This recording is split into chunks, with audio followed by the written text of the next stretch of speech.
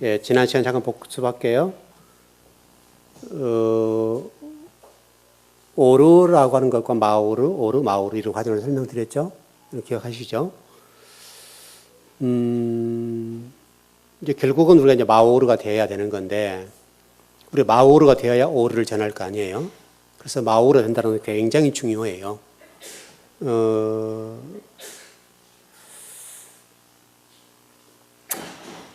왜냐하면 우리 다니엘서 12장에 보면 많은 사람 어른들을 인도하는 사람이 별처럼 빛난다 그랬거든요.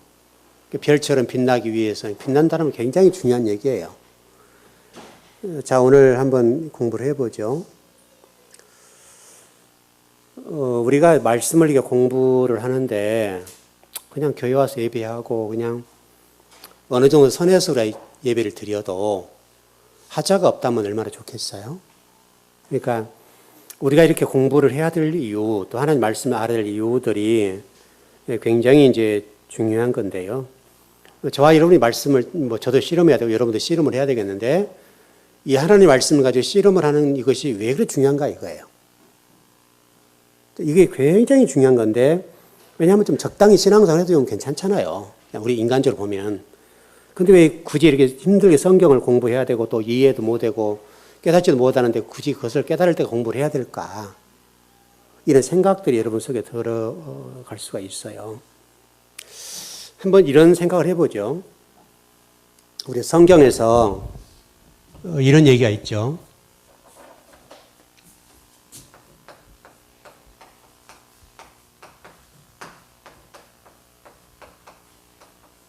이렇게 신랑과 신부가 있잖아요.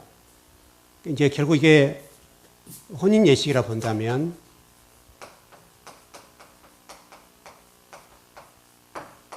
이렇게 보는 거죠. 성경에 실질적으로 혼인 예식을 향해 가는 거죠.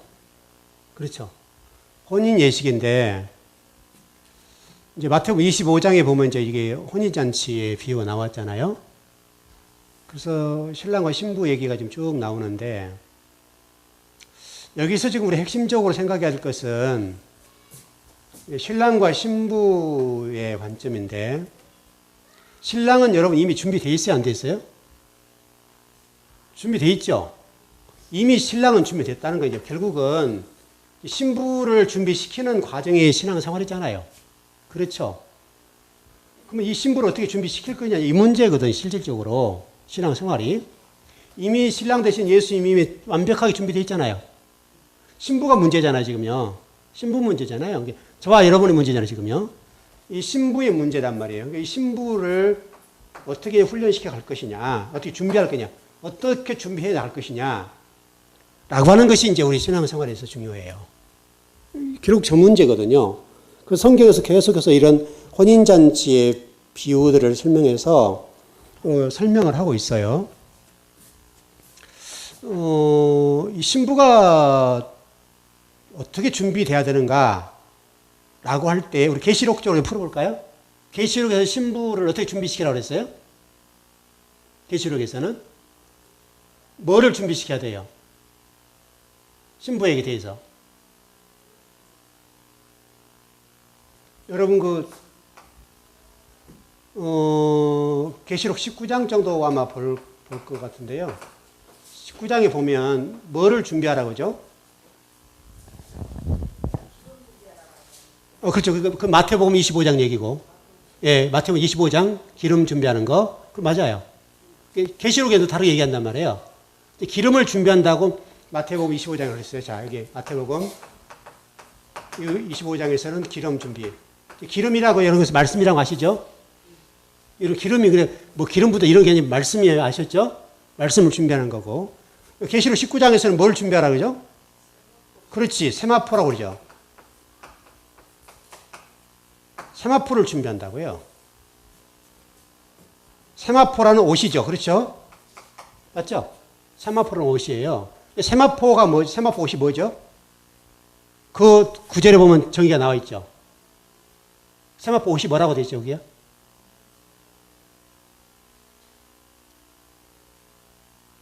세마포가 뭐라고 설명되어 있어요? 그렇죠. 성도들의 옳은 행실이라고 되어 있죠. 이렇게 되어 있죠. 요 얘기예요. 결국 요 얘기. 요걸 어떻게 볼 거냐 문제예요.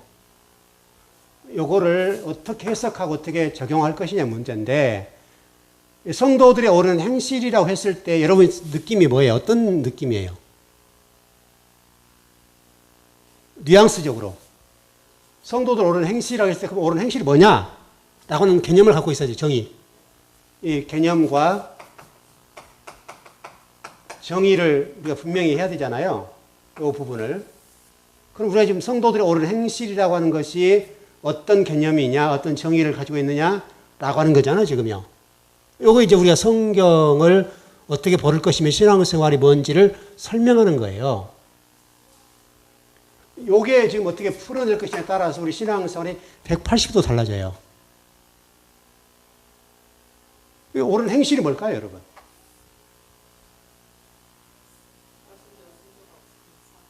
말씀대로 순종하고 사는 삶.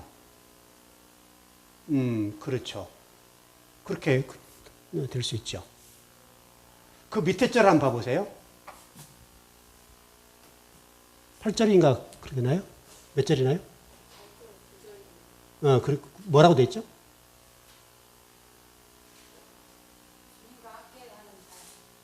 주님과 함께 사는. 성경적으로 답하자, 우리야. 성경적으로.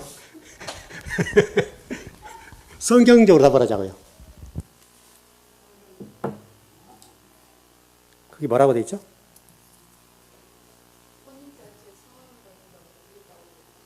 네네. 참되신 말씀. 네. 보죠.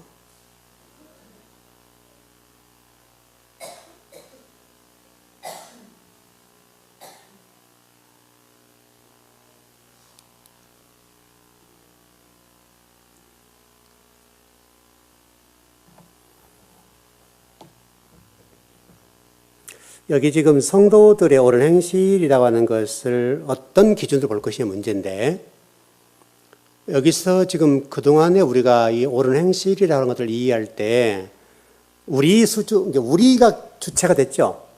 그동안에.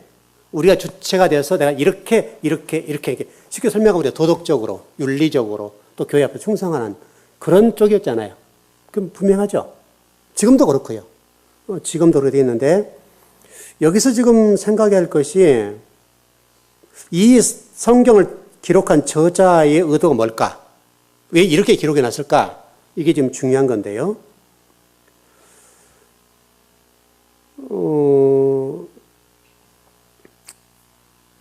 세마포라고 하는 관점에서 이게 옳은 행실인데,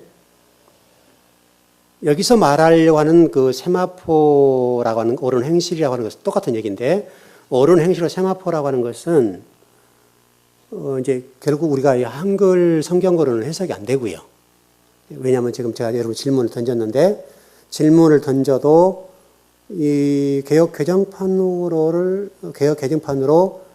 아무리 해석해도 해석이 안 나와요. 그래서 원문을 봐야 되겠는데, 여기서 말하는 옳은 행실이라고 하는 것은 일단 간략히 정리할게요.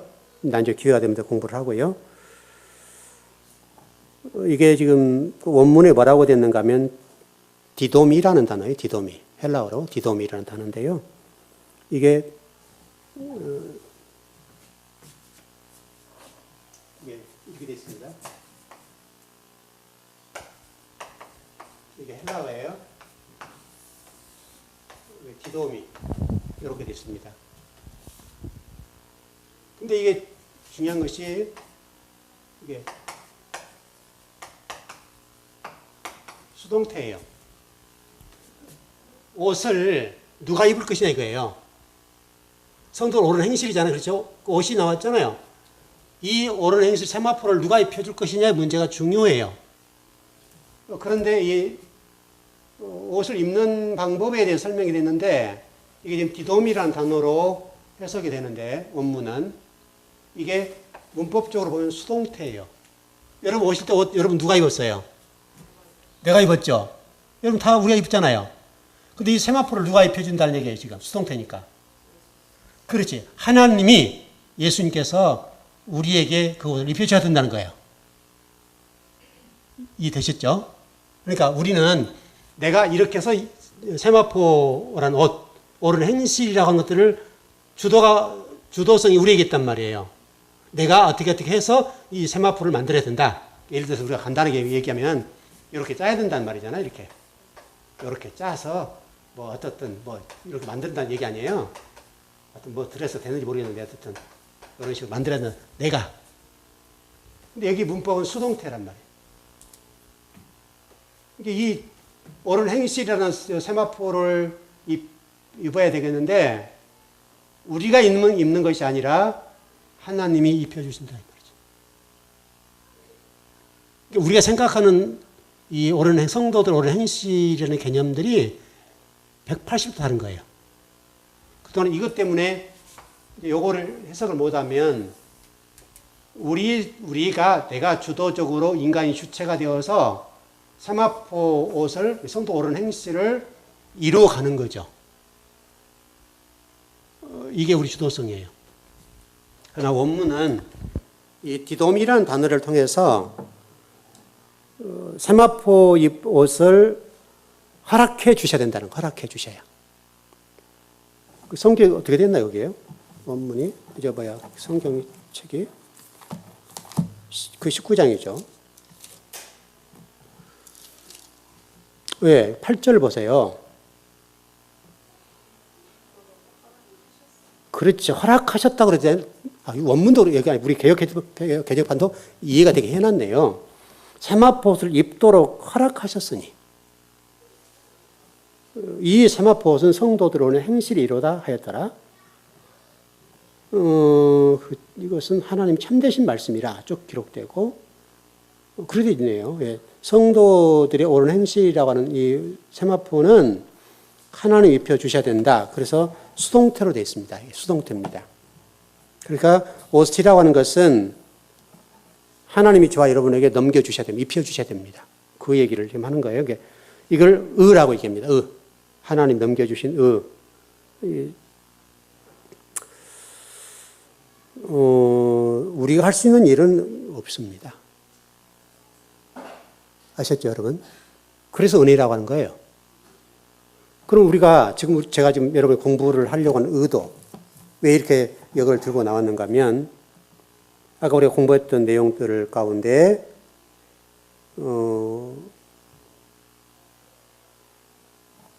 우리가 또 좀 옳은 곳으로는 오르와 마오르라는 단어를 설명드렸고, 또 그다음에 우리가 지금 계속해서 첫째 날부터 일곱째 날 계속 공부를 해 나가잖아요.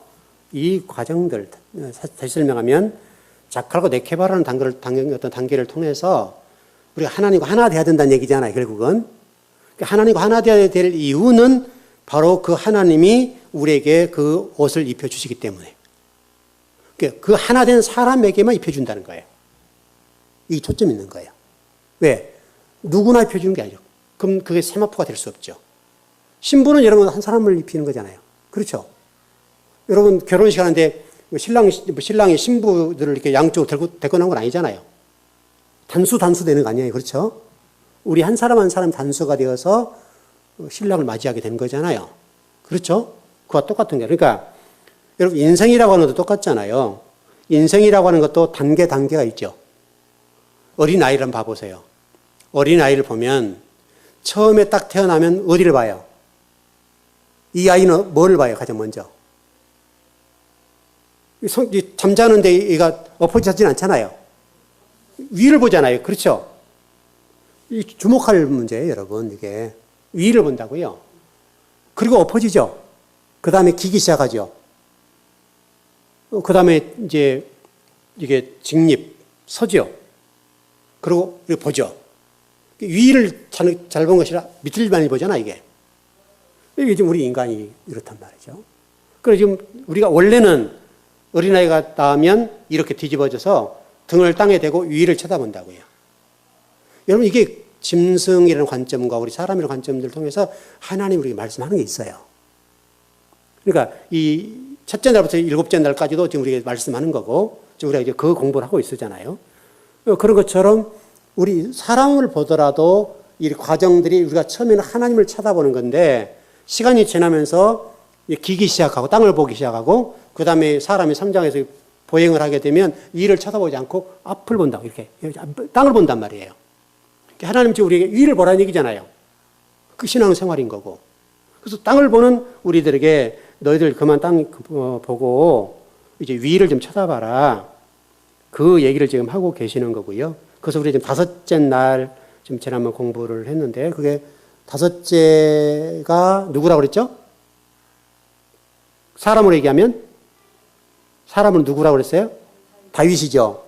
다윗이죠. 다윗이라고 지금 설명을 제가 드렸고 그 다음에 성막의 성물로는요. 분향단, 기도죠. 기도잖아요. 그렇죠? 기도하는 거. 그 나팔이에요, 그게. 나팔도 되고 그런 걸 설명하는 거고요. 이 지금 다섯째 날이 어떻게 고통의 하이라이트라 할까요? 그렇게 볼 수가 있고요. 여러분 그 잘 보세요. 넷째 날 우리 엄청난 타격을 받는 부분이 성경에 등장하는데 한번 봐보자고요. 계시록 9장 5절입니다. 예, 계시록 9장 5절.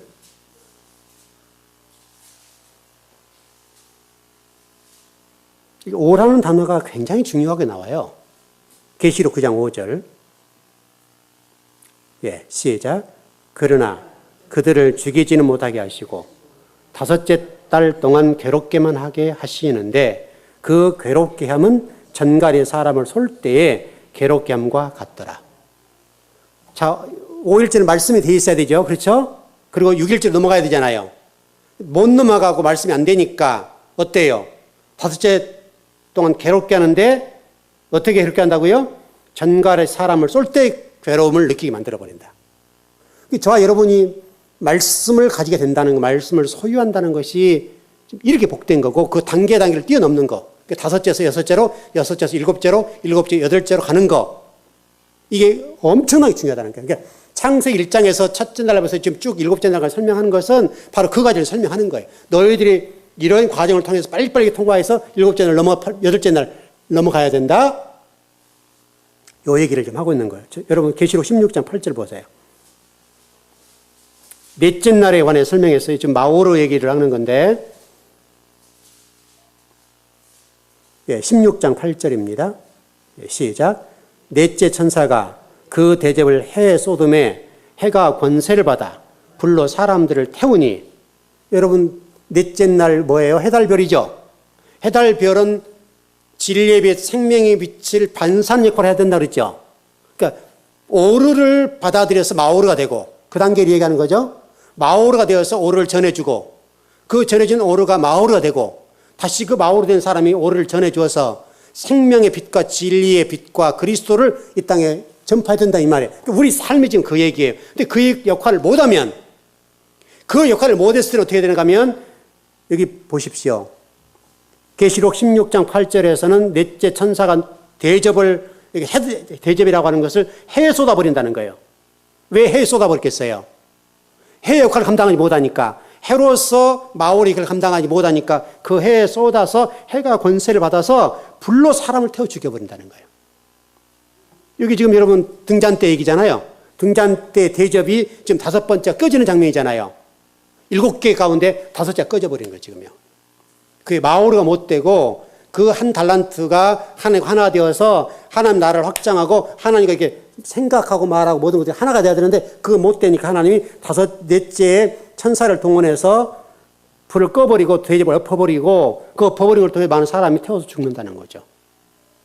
그래서 여러분 계시록에서는 3분의 1을 죽고 3분의 1을 죽고 뭐 이런 얘기 나오잖아요. 바로 그 얘기를 지금 하고 있어요. 그래서 이 넷째 나팔 재앙 때 해달별의 타격을 받는다. 이렇게 지금 설명하죠, 여러분. 해달별이 타격을 받아서 지금 엄청나게 그 대접 재앙을 통해서 해가 쏟아지는 장면. 이 얘기를 제가 여러분 일전에 좀 소개해 드렸던 대로 주의 종들의 문제도 다뤄본 적이 있고요. 성도를 다뤄본 적이 교회 문제도 다뤄본 적이 있는데 그러니까 이제 이 과정 속에서 우리 진리를 증가하지 못하는 주의 종들의 문제가 대두가 되는 거고 그러니까 지금은 어떨지 몰라도 이 대접 재앙이 임할 때에 마지막 이 등잔 때에 불이 꺼져가고 대접에 이것이 하나하나 엎어질 때, 하나하나 쏟아버릴 때, 그 재앙으로 다가올 때 이제 계시록에 자세히 공부를 하겠습니다만은 그 대접장이 올 때에 등잔 때에 하나하나 없어지는데 그 과정을 통해서 엄청난 희생이 따르게 된다 이거죠. 바로 그게 예루살렘 성전의 멸망을 얘기하는 거고요. 그 다음에 거기에 속한 그 백성들을 얘기하는 거죠. 그래서 전번에 제가 한번 설명드렸어요. 너희들 거기서 빨리 나와라. 그랬잖아요. 근데 성도들이 나와요, 안 나와요? 안 나온다고요. 그러니까 예루살렘 성전에 하나님이 그걸 멸망시키려고 계획을 가지시고 엎어버리는데 그 속에 속한 자들 그걸 모르는 거예요. 이제 이게 우리가 기도하지 않고는 안 될 일이고 말씀을 가지지 않으면 안 되는 거고 근데 그걸 못 알아듣는 거예요. 지금 여러분 이 시대 보십시오. 이 시대가 이렇게 지금 흘러가고 있는데 지금 정확하게 이걸 꿰뚫고 있는 사람들이 많지 않죠? 여러분 없어요. 거의 없어요 이게요. 거의가 다 말씀 아닌 비진리를 붙잡고 신앙을 사는데 자기가 잘한다고 생각한단 말이죠. 이게 문제인데 자기는 잘하고 있는데 왜 이래? 라고 얘기를 한단 말이에요. 그래서 실질적으로는 비진리를 붙잡고 있는 거예요. 자, 16장 10절입니다. 계시록, 요한계시록. 네, 시작. 또 다섯째 천사가 그 대접을 짐승의 왕자에 쏟으니 그 나라가 곧 어두워지며 사람들이 아파서 자기 혀를 깨물고 지금 고통의 시간이 계속되는 다섯 번째 대접 재앙이 임하고 있는 장면들이 나중에 설명을 드릴게요. 계시록 공부할 때 구체적으로 공부할게요. 이거 다 하려고 하면 하나만 해도 엄청나게 시간이 걸리니까요. 여기 보니까 자기 혀를 깨물고 여러분 지금 굉장히 고통스러워하는 그런 모습과 같은 모습을 보죠. 여러분 자기 혀를 깨문다는 거예요. 얼마나 고통스러웠으면. 그렇게 지금 설명하는데 바로 지금 이게 다섯 번째 대접이 지금 이렇게 재앙을 통해서 엎어져요. 다섯 번째. 이게 두 개, 일곱 개만 남았죠. 이제 그거 엎어지면 끝나버리는 거예요. 그 장면을 설명하고요. 그래서 지금 첫째 아담부터 쭉 흘러오는 장면인데 이런 질문을 해보십시다. 여러분 그 종말이라고 하는 것이 어느 시점으로 보세요? 종말. 예. 네, 예수님 오실 때. 그렇죠. 종말이라는 얘기를 좀 해볼게요. 장로님 답변하셨는데 그 정도 하시면 잘한 거예요.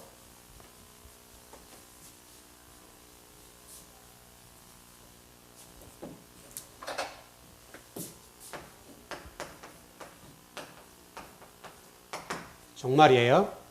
장로님 지금 이제 종말은 예수 그리스도가 십자가에서 이게 돌아가신 그 기점 이렇게 이 정도만 해도 아주 잘한 겁니다. 일단 종말이라는 개념을 이렇게 이해하시면 좋을 것 같아요. 종말은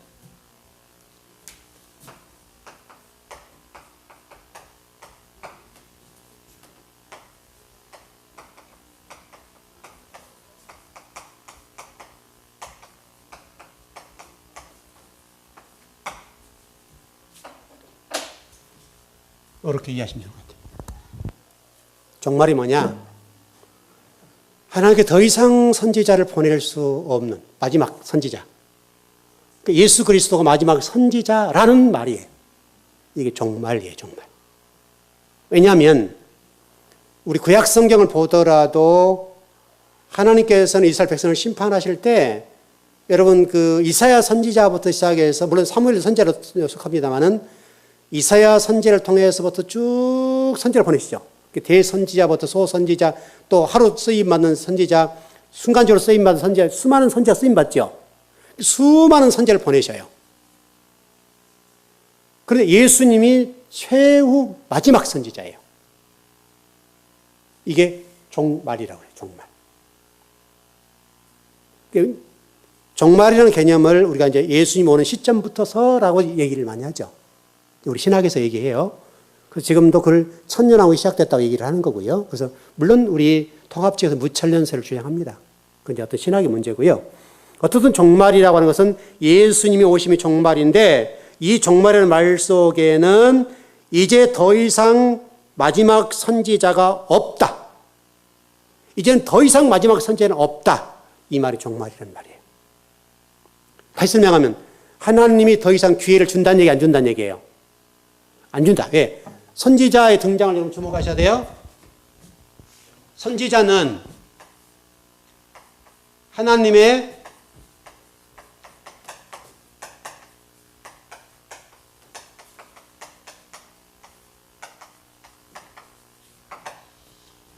심판을 전제하는 거예요. 맞죠? 선지자는 이제 내가 은혜로 봐줄게 이 말이 아니라 마지막이야 이 말이 전제돼요. 너 마지막이야 경고야 이제 끝나 이제 말 안 들으면 내가 너를 심판할 거야 이 얘기라고요. 그래서 하나님의 심판을 전제로 하는 것이 이 선지자의 보내심인데 그 선지자의 마지막 그분이 누구시냐면 예수 그리스도세요. 구약의 모든 선지자 쭉 이렇게 쭉 오는데 예수 그리스도가 마지막 선지자예요. 더 이상 선지자가 있어요 없어요? 없죠. 지금도 이런 선지자가 없잖아요. 없어요. 그래서 이걸 예수 그리스도의 오심 마지막 선지자로 오심 이것을 종말이라고 더 이상 올 선지자가 없다. 이게 종말이에요. 종말. 이렇게 이해하시면 종말을 이해하기 쉬울 거예요. 그러니까 지금은 자다 깰 때라고요. 그 시간이 좀 길 뿐이지 그래 유예 기간, 유예. 그래서 계시록에도 아마 이번 주 조금 우리가 공부를 일전에 했었습니다만은 제가 번계시와 중간계시가 있다고 그랬죠. 그랬죠? 그 얘기 했었죠? 요한계시를 풀어나간 데 있어서 이 번계시와 중간계시를 이해하지 못하면 계시록이 풀리질 않아요. 그래서 제가 설명을 드렸어요. 번계시는 하나님 심판이 임할 때예요. 그러나 그 중간에 하나님이 숨을 한번 고를 때 계세요. 다시 설명하면 하나님의 심판 중에도 중간 계시를 통해서 다시 설명하면 은혜를 베푸는 시간이 잠깐 있다고요. 왜? 심판을 가할 때 그동안 복음을 들었거나 또 아내의 머리를 잘라버리고 깎아버리고 밖에 못 나가게 괴롭히고 성경에 불태웠던 그 남편들 가운데라도 혹시 그 아내가 그동안 계속 선포했어요. 예수님은 오신다. 당신도 교회 다녀야 돼. 안 믿었어요. 근데 하나님이 심판을 가하는 걸 보는 순간에 막 죽어져 나가는 거죠. 근데 이 남편이 뭐라고 얘기하는가 하면, 우리 마누라 얘기가 맞았네? 하나님 잘못했어요. 이런 사람이 있단 말이에요. 그러겠죠? 그런 사람들, 그 어떤 회개의 역사가 일어나는 그 사람들을 구원하는 작업을 하는 거예요. 왜냐하면 하나님은 번계시를 통해서 심판하시는데 그 심판이 목적이 아니에요. 맞지요? 하나님은 심판하신 목적이 아니라 구원하심이 목적이에요. 그렇기 때문에 아내나 누군가의 기도를 통해서 그동안에 복음을 전해받고 부정하고 부인하고 또 뭐 저주하고 했던 어떤 사람이 있을 거 아니에요. 그런 사람들이 그 심판을 보고 하나님의 살아계심. 그래서 우리가 포항 막 지진이 일어나면 어떤 사람들은 그 포항에 뭐 어쩌고 뭐 우상숭배가 많고 어쩌고 이렇게 얘기하잖아요. 그게 이제 쉽게 설명하면 너희를 큰일 나 이런 얘기잖아요. 돌아서라. 물론 하나님이 그러시는지 모르겠지만 어쨌든 그런 과정을 통해 돌아온 사람이 있을 거란 말이죠. 이거 큰일 났네. 내가 좀 교회 다니다 안 다니는 사람 뜨끔할 수도 있겠고 어쨌든 그 표시로 하나님 직접적으로 그렇게 하지 않았다 하더라도 그래서 번개만 바짝바짝 치고 하는데 가슴이 뜨끔뜨끔하고 이게 마음이 불안하면서 내가 교회 잘 못 다녀서 그러나 예수님 잘 안 믿어서 그러나 이런 사람 왜냐하면 회개를 촉구할 수가 있으니까 받아들이는 사람에 따라 다를 수 있어요. 예를 들어서 베드로가 비자 앞에서 예수님을 부인하고 그때 닭이 울었더라 했는데 닭이 우는 그 소리가 닭소리에 들리지 않고 베드로에게는 회개를 촉구하는 하나님의 음성을 들려버렸다는 거예요. 닭소리인데 그 닭소리가 베드로에게는 하나님의 음성으로 들렸어요. 그래서 베드로가 거기서 통곡을 하는 거예요. 닭소리라는 게 마치 닭소리임에도 불구하고 베드로가 느끼는 것은 하나님의 소리였어요. 하나님 소리를 들려버리고 베드로가 거기서 뒤집어졌어요. 그거 똑같다고요. 그러니까 비록 천둥 번개로 또는 그래서 지진으로 또 다양한 물질적인 어려움으로 건강의 문제로 여러 가지 다양한 방법으로 하나님 우리에게 말씀하시고 역사하시는데 그 친히 하나님 하지 않았다 하더라도 우리는 느낄 때에 그것을 하나님이 나에게 이렇게 책망하시는구나 이렇게 받아들이면 된다 이거죠. 바로 그와 같은 거예요. 바로 그와 같은 일들을 지금 성경을 통해서 하고 계시는 거예요. 지금 그래서 종말이라는 개념이 그렇게 중요한 거예요. 왜냐하면 종말, 다시 한번 선지자는 없어요. 지금은 심판 때라고요. 그래서 우리 계시록 제가 설명하다 그랬는데 계시록은 본계시와 중간계시가 있어요. 그래서 중간중간에 중간계시가 있어요. 여러분 제가 이제 오늘 주일날 계시록 10장을 할 거거든요. 10장 1절을 풀어낼 거예요. 근데 이제 풀어내는데 상당히 어려운 부분이 있어요. 거기에 보면 제가 이제 주일날 제가 설명을 다 할 수가 없으니까 거기에 보게 되면 천사가 등장해요. 여러분 계시록 10장 1절에 보면 천사가 등장하는데 헬라어 단어로 앙겔로스라는 단어예요. 앙겔로스라는 단어인데 이게 천사라는 개념이죠. 그럼 이 천사가 우리가 알고 있는 천사인가 아니면 또 다른 어떤 존재인가는 물음표예요. 그래서 그동안에 좀 여러 학설을 제가 쭉 찾아보기도 하고 또 어떤 분을 어떻게 주장하는가 주석을 보기도 하고 그러는데요. 모든 분들이 다 앙겔로스를 천사로 해석을 했어요. 거의가 다. 거의 90% 이상은 지금 한국교회의 모든 주석서나 강해의 모든 것들 또 많은 목사님 설교한 내용들이 모두가 다 일반 천사로 해석을 했어요. 그럼 그런가? 또 그건 다른 문제라고요. 그래서 저는 그것을 예수 그리스도로 해석을 했어요. 그래서 그 해석한 부분은 주일날 설명을 드릴게요. 왜 모든 분들은 이것을 그냥 일반적인 천사로 해석했는지, 근데 왜 저는 그걸 예수 그리스도로 해석을 하는지, 금방 설명드렸던 대로 그의 중간 계시 문제가 있고요. 왜냐하면 지금 10장은 중간 계시잖아요. 여러분 10장은 중간 계시죠? 중간 계시에 속한 부분이기 때문에 중간 계시는 살려주는 역할이잖아요. 은혜를 베푸는 시간이 있기 때문에 하나님께서 예수 그리스도를 통해서 구원의 메시지를 전해주는 시간이란 말이죠. 그래서 저는 그걸 예수 그리스도를 본 거예요. 물론 천사를 통해서 진리를 전할 수 있죠. 그러나 그걸 천사로 해석하지 않는 이유가 있단 말이죠. 그걸 이제 주일날 설명을 드릴게요. 그래서 여러분들이 성경을 볼 때 그래서 성경이 어려운 거예요. 모든 분들이 그것을 천사로 해석하는데 제가 굳이 그걸 예수 그리스도로 해석을 하는데 그럼 예수 그리스도로 해석해야 될 분명한 뭔가 분명해야 된다고요. 분명하지 않으면 그것을 잘못될 수 있으니까. 그래서 성경 전체의 천사의 단어들을 쭉 확인을 해본 결과 어떤 부분에는 천사라는 단어를 복수로 해석할 수가 있고 어떤 경우는 단수로 되어 있어요. 그럼 성경이 복수, 단수로 되어 있다니까요. 앙겔로스라는 단어 자체가 어떤 본문은 복수, 어떤 본문은 단수 이렇게 되어 있단 말이죠. 그럼 복수로 될 때는 왜 복수로 되어 있으며 왜 단수로 될 때는 왜 단수로 되는가? 다르다는 거예요. 바로 이제 그런 거예요. 그래서 단수로 될 때는 어떤 용례를 통해서 한 말씀하시는지 설명을 들어봐야 되고 복수를 할 때는 그게 어떤 것인지를 들어보면 이건 일반적인 천사로 볼 수 있고 또 이것은 예수 그리스도로 해석해야 된다라고 판단을 내린 거죠. 그래서 여러 좀 자료를 좀 찾아봤는데 많은 자료들은 대개가 다 이걸 천사로 해석을 했어요. 근데 놀랍게도 어떤 자료 보니까 제가 보고 있는 것처럼 그렇게 본 분이 있더라고요. 그러니까 이 해 아래 새 것은 없다고 그러잖아요.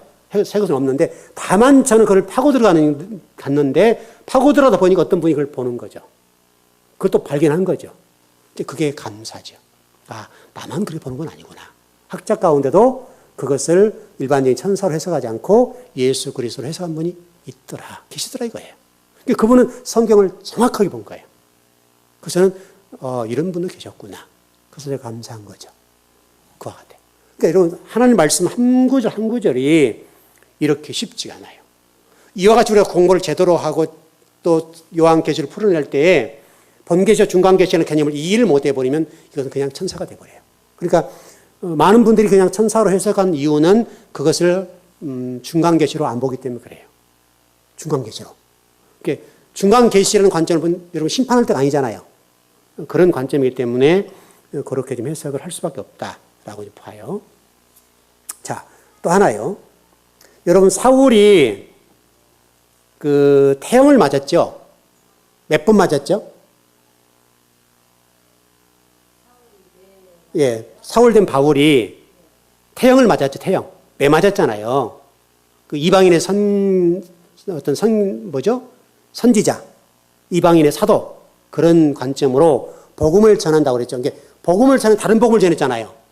여러분, 그 사람들이 알고 있던, 유대인들이 알고 있던 복음과 다르게 전했잖아요, 바울이. 그렇기 때문에 바울을 쳐요. 우리로 얘기하면 여러분 왕의 그 왕가 같은데 갖다 놓고 묶어놓고 엉덩이를 치잖아, 이거요. 그거를 쳤단 말이에요. 몇 대를 때렸어요?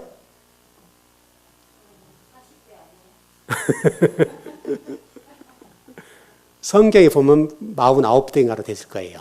쉬운 데 때리면 죽고, 49대는 안 죽는데, 이게 49대랑 쉬운 데는 뭐가 달라요, 여러분? 그러나 49대를 때리면 안 죽는다고 그래서 49대 때리는데, 물론 그건 중요한 문제는 아니고요. 물론 이제, 그래서 여러분 49제 우리 진행해 그러잖아요. 여러분 그런 것도 다 원리가 있다니까요. 그렇게 되고, 근데 49대를 몇 번 맞았어요?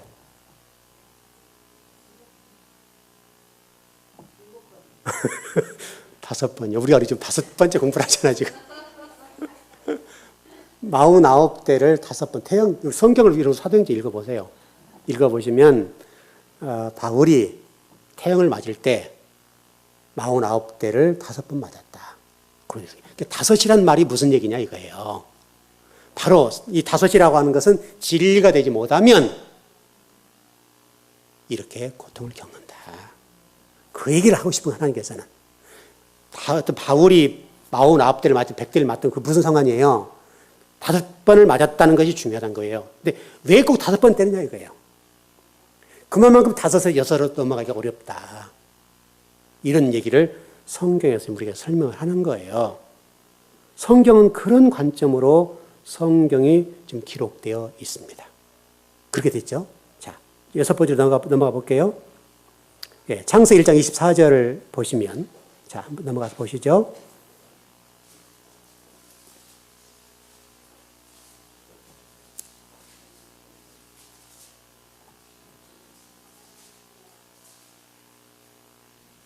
네, 24절 한번 읽어보실까요? 시작. 하나님이 이르시되 땅은 생물을 그 종류대로 내되 가축과 기는 것과 땅의 짐승을 종류대로 내라 하시니 그대로 되니라. 여러분 앞부분에 나와 있는 그 5번째의 내용은 하늘과 바다에 관한 내용이었죠? 맞죠? 근데 여기는 지금 어디에 관한 내용이에요? 어디에 지금 말씀하고 있어요? 어디서 뭐를 내요? 땅에서. 6번째 땅에 관한 얘기예요. 땅에 관한 얘기인데 뭐 내라, 종류로 내라 하시니 그대로 되니라. 이게 히브리어로 내라라는 단어, 야짜라는 단어예요. 야짜. 나가다, 나오다, 떠나다, 앞으로 가다, 나아가게 하다, 이끌어내게 하다. 여기서 내라라는 말은 뭐 종들 뭐 대라라는 말이 아니라 어디로부터 나가라는 말이에요. 땅으로부터 나간다. 이 얘기가 지금 중요한데, 이 내용은 좀 이제 문법으로는 좀 어려운 내용인데요. 그냥 넘어가고요.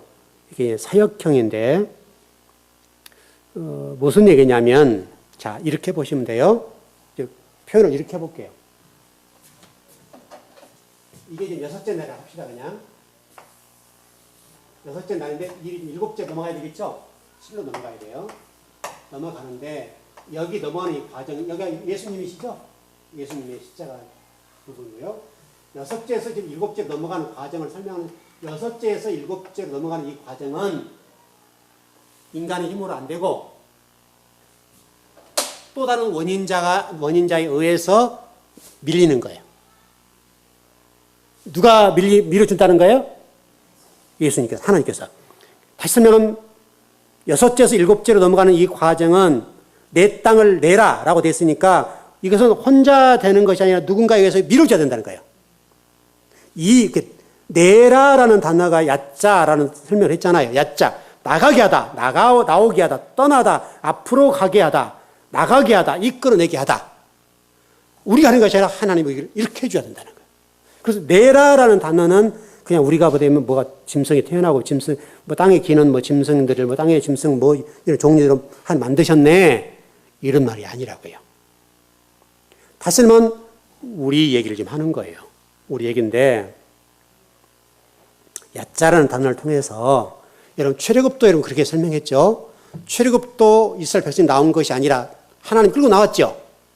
여러분 독수리 날개 없듯이 나왔다고 그랬잖아요. 그렇죠? 여러분 그게 창세기 1장 2절에도 여러분 수면에 물이 이렇게 수면 영이 운행하셨다. 그 설명 드렸었죠, 여러분. 그때도 이렇게 끌고 나갔다는 얘기를 했잖아요. 똑같 야자라는 단어가 끄집어내는 거예요. 끄집어내는 거. 출애굽과 똑같은 얘기예요. 이 얘기예요, 지금. 자, 한 절만 읽어보시죠. 신명기 4장 37절입니다.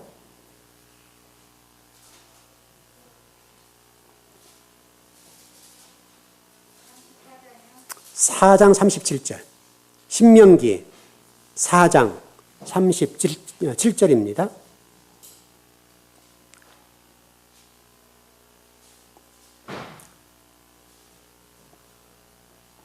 예, 시작. 여호와께서 내 조상들을 사랑하신 고로 그 후손인 너를 택하시고 큰 권능으로 친히 인도하여 애굽에서 나오게 하시며, 이 나오게 하시며라는 단어가 뭐냐면 야자라는 단어예요. 아까 네대라는 단어 똑같다 그랬죠? 번역하신 분들이 짐승을 종류로 네대 이렇게 설명하는 건데, 여기 지금 신명기 4장 37절에서는 애굽에서 있을 백성들을 나오게 하시며 할 때 나오게 하시다라는 이 단어가 야자라는 단어라고요. 똑같은, 지금 제가 똑같은 단어를 설명하는 거예요. 그러니까 단순하게 지금 우리 창세기 지금 1장 24절입니까?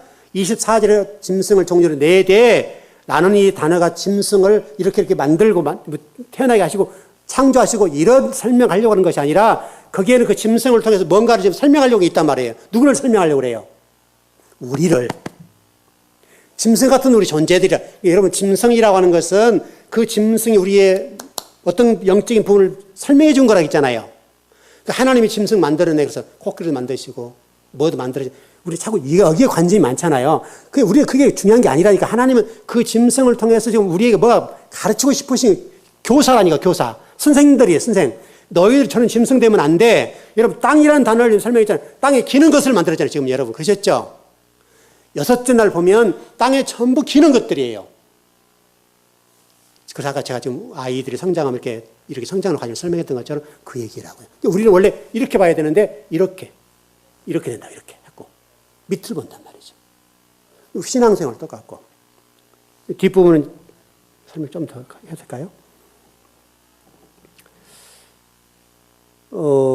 이 야자라는 단어는 구원 사역과 관계가 있어요. 우리가 여러분 여섯째 날 보십시오. 여섯째 날 창조된 것들이 뭐예요? 창조된 게 여섯째 날 창조됐죠? 여섯째 날. 짐승과 사람. 그럼 사람과 짐승은 뭐가 다르죠? 사람과 짐승의 차이점이 뭐예요? 여러분, 사람에게도 짐승 같은 놈 그러잖아요. 그러죠? 그럼 성경이, 자, 일전에 한번 소개해드렸는데, 설명했었는데, 짐승, 여러분, 제가 이런 공부를 했잖아요, 여러분. 이제 좀 연결을 시켜보세요. 자꾸. 자.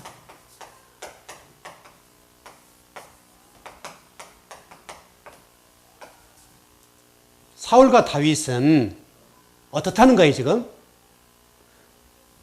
사울은 나쁜 놈이죠. 우리 이해 쉽게 하나님과 반대되는 길을 걷는 사람.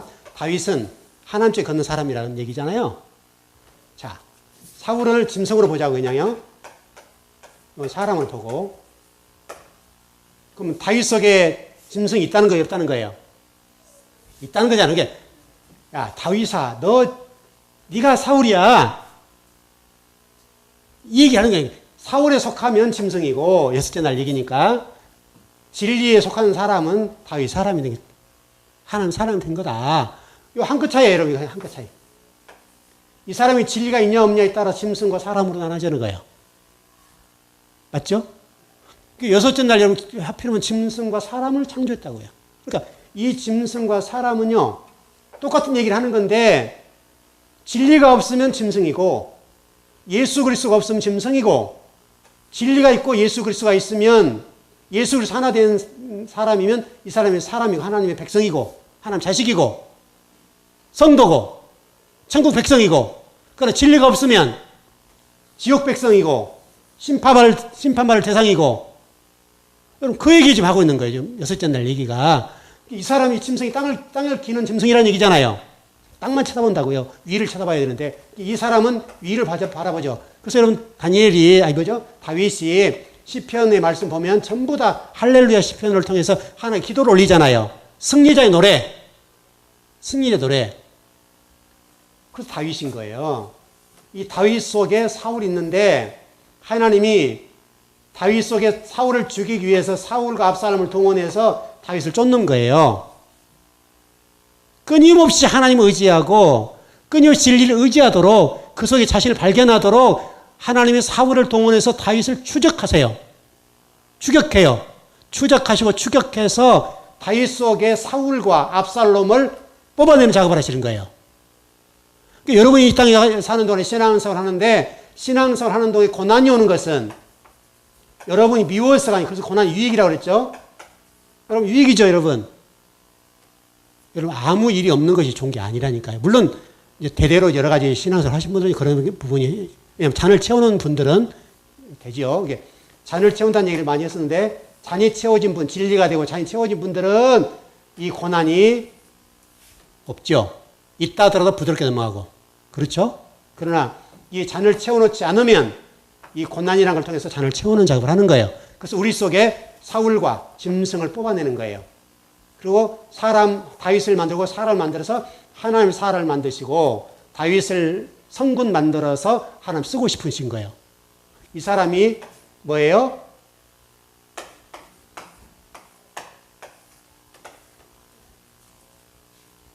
오르. 마오르. 이렇게 만드신 거죠. 진리를 담는 그릇으로 만드신 거죠. 마오르란 단어는 이게 미드바르란 단어와 똑같다 그랬죠, 여러분? 이게 맴이란 단어는 장소라고 할 수 있겠고 그릇이라고 할 수 있잖아요, 여러분. 이게 사람이니까 사람이 장소는 될 수 없으니까 그릇이잖아요. 우리 그릇. 여러분과 저 속에 진리를 담는 그릇이 되고 예수 그리스도 담는 그릇이 되면 다윗과 같이 되고 하나님의 사람처럼 되는 거죠. 우리 속에는 사울과 다윗이 공존하는 거예요. 짐승과 사람이 공존하는 거예요. 여러분 그래서 사람도 죽이고 그런 거예요. 그 사람이 나쁜 사람, 죽인 사람 우리라니까요. 우리가 그런 사람인 거예요, 여러분. 그러면 나쁜 놈이 아니라 우리 안에 그게 있어요.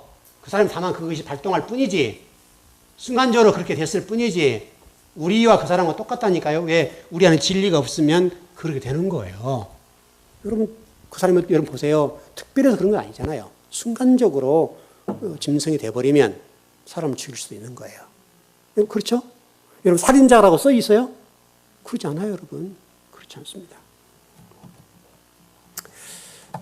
그래서 야자가 굉장히 중요한데 이 야자는 구원 사역과 관련되어 있다. 다시 말하면 2차 원인자가 존재한다.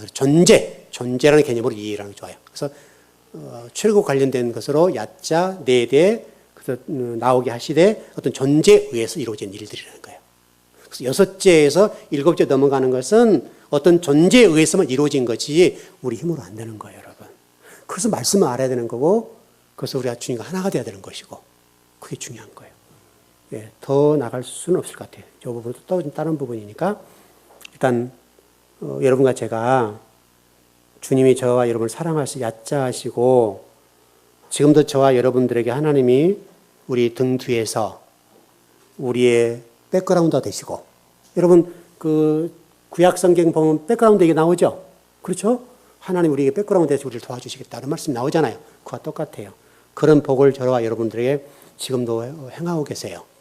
그 복을 누리시길 바랍니다. 예, 기도하겠습니다.